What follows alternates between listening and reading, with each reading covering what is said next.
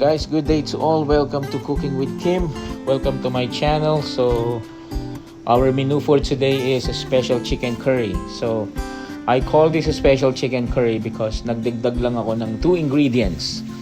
Kasi we always tend to use only curry powder sa chicken curry natin. So, dito, nag-add ako ng 1 tablespoon ng coriander powder, 1 tablespoon ng turmeric powder, and of course yung paminta, tapos yung chili powder, kayo na lang mag-gauge kung gaano kahanggang. Yung tomato dito is marami, 3 tomato nilagay ko. I chop it, and yung onion, 2 onion, tapos yung natin, yung potato tsaka yung carrots, tag-1 piraso lang. Ayun, potato pala ginawa ko ng 2 piraso. Tapos yung chicken natin is 1 kilo. Okay, so special chicken curry, yan lang yung special ingredients natin. So again, so preheat natin yung kawali natin. Let's put some oil. So pag mainit na yung oil natin, the usual thing, lagay natin yung onion. So yung onion, may ibang klaseng pagluto. Well, alam niyo na rin to. Nangyayari kasi pag niluto natin yung onion, gigisaling natin, di ba? So, pag nangamoy na, lalagay na natin yung chicken. So, dito, iintayin natin yung onion na maging golden brown. It takes time. Medyo matagal talaga. So, medium fire, halo lang, halo. Sabi nga nila, mekus-mekus. Then, intayin nyo maging golden brown yung onion. Pag naging golden brown yung onion, guys, iba yung lasa ng chicken curry.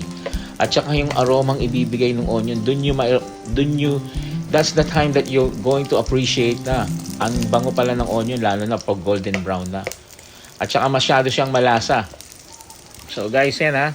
O yan guys, tignan nyo. Golden brown na yung onion natin. Iba na yung amoy niyan. Napaka-aromatic na. And after that, lagay na natin yung garlic natin. Yung naman sa garlic, hindi ko naman siya tinutusta. So saute ko lang yung garlic. For a few minutes, stay lang. Makikita nyo, when the garlic becomes golden brown, okay na rin yan. Then, after that, lagay nyo na rin yung sa tomato. So, yung sa tomato, same rules as the sibuyas. Kailangan yung tomato natin, durog na durog. Yung nagkakaroon na siya ng oil, di ba? Yung tomato, pag napansin nyo, pag sobra na natin niluluto, parang na-overcook na siya. Nadudurog na siya. So, pag nadurog na siya, lalabas na yung oil niya. Yun yung pinaka-importante doon. Kasi yun yung magbibigay ng lapot, ng gravy sa special chicken curry natin. Okay, so tuloy lang natin yan until yung tomato maging durog na. Okay, so yan. Tignan nyo yung tomato natin dito guys. Oh. Masyado na siyang durog. So, nagkakaroon na siya ng gravy. Nagkakaroon na tayo ng gravy. Yan yung masarap. Isipin nyo yung onion nyo caramelized, tapos yung garlic nyo not toasted but tama lang yung luto, tapos yung onion tuloy, sorry, yung potato, yung natin, yung kamatis natin, yan, nag-gravy na, nagmamantika niya. And then that's the time na lagyan nyo na yung chicken. It takes time. Pero pag sinunod nyo to, napakasarap nito guys. Sigurado. Yeah, so, halo lang yan. So, ito naman guys, pag nilagay na natin yung chicken, so, tansyahin nyo na yan. Medium fire pa rin. Dito, igigisa natin yung chicken hanggang sa makita natin na nagtutubig na siya, nagmamantika na siya. Lalabas yan. Hintayin natin yung time na yon at saka tayo maglalagay ng water. So, yan. Gisa lang natin yan. Tuloy lang natin. So, pwede na natin lagay dyan yung turmeric powder. Yung paminta. Tapos, lagay na rin natin yung curry powder. So, measurement yan guys. Ano lang yan ha? 1 tablespoon. Pagdating doon sa chili powder, kayo nang bahala dyan. Kung mataas yung threshold nyo sa spicy food. And then, haluin nyo uli. So, medyo mahirap haluin yan kasi yung consistency niya medyo malapot na. Kasi yung mga spices na nilagay natin dyan, maluluto, magiging gravy siya. Guys, napakabango niya pag niluluto nyo na. Yan yung twist natin. Actually, it's an Indian cuisine pag nag-follow na, pag sinunod natin Indian cuisine, ang dami pa nilang nilalagay na ingredients, which is baka hindi na natin magustuhan. So kaya ang inilagay ko lang dyan is yung turmeric at saka coriander powder. Napakasarap. Tapos lagyan natin ng salt. Yung salt, tansyahin nyo na lang. Naglagay din ako dyan ng MSG. So yun, lagyan natin ng MSG. Tapos naglagay din ako dyan ng half tablespoon ng sugar. Sabay-sabay nyo na. Nalagay ko yan. Tapos tuloy nyo lang halo. Malalaman nyo naman yung chicken pagluto na. Yan. Napakasarap niyan guys. At this stage, maaamoy nyo na napakabango. Ibang klase yung amoy niya. Maybe because of the spices na nilagay natin. Ibang klase talaga yung amoy niya. Sobra. Napakasarap.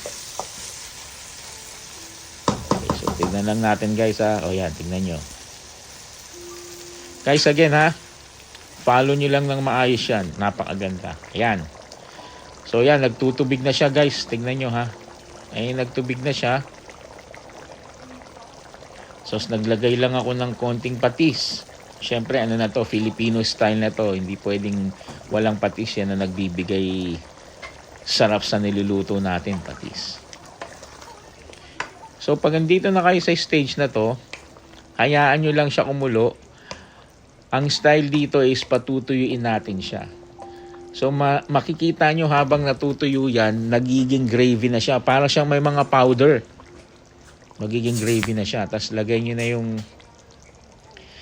potato natin, yung capsicum natin, yung carrot. Sabay-sabay ko na yan nilalagay. Ganun din naman, maluluto din naman yan. Tapos low medium fire. Hintayin nyo na matuyo. Magpa-powder na yan. Yung powder na yun yung masarap. Parang gravy talaga siya. Yung iba kasi naglalagay ng cornstarch para lumapot, di ba? Dito hindi nyo na kailangan maglagay ng cornstarch. Lalapot yan mag-isa. Because of the spices. At saka dun sa caramelized onion natin. Tsaka dun sa tomato natin na niluto natin ng maayos. Okay. Yung nilagay kong milk, well, it's an optional. Para sa akin kasi mas creamy. So, ano ba yung milk? So, wala akong available na milk ngayon. Ang ginawa ko, powdered milk lang. So, any brand of powdered milk, 2 tablespoon sa 1 cup. Yun ang nilagay ko dyan. Tapos, at this stage, lagay nyo na lang sa medium heat. Hayaan nyo na kumulo. So, tikman nyo kung sobra sa alat ba, kulang sa alat, kulang sa tamis. Magdagdag na lang kayo. So, tansyameter na to guys. Kayo nang bahala dyan. Okay? Ayan. Tingnan nyo guys, oh. Di ba? Sobrang lapot na yan. Yung pagkalapot niya is, hindi siya yung lapot na, hindi siya natuyo na tubig lang yung natuyo. Ito, nung natuyo siya, may kita mo is, nag-create siya ng gravy. Napakaganda. Puro gravy na yan. Halo nyo lang yan guys. Hintayin nyo lang matuyo yan. 100%. Super yung gravy. Napakasarap. So guys, again, so patuyuin lang natin siya ng patuyuin. So, kayo na magde-decide kung gusto nyo maraming gravy or gusto nyo kontian lang yung gravy. Pero for sure, pag natuyo yan, may kita nyo yung creaminess niya. Okay? So, tignan natin yung finished product niya guys. So guys, yan na yung finished product natin. Nakita nyo naman, quality, sobrang creamy at sobrang sarap niya. Okay guys, thank you very much. Please subscribe to my channel. And abangan nyo pa yung mga iba-ibang lutong gagawin natin. Okay? Enjoy cooking guys. Stay safe at all times.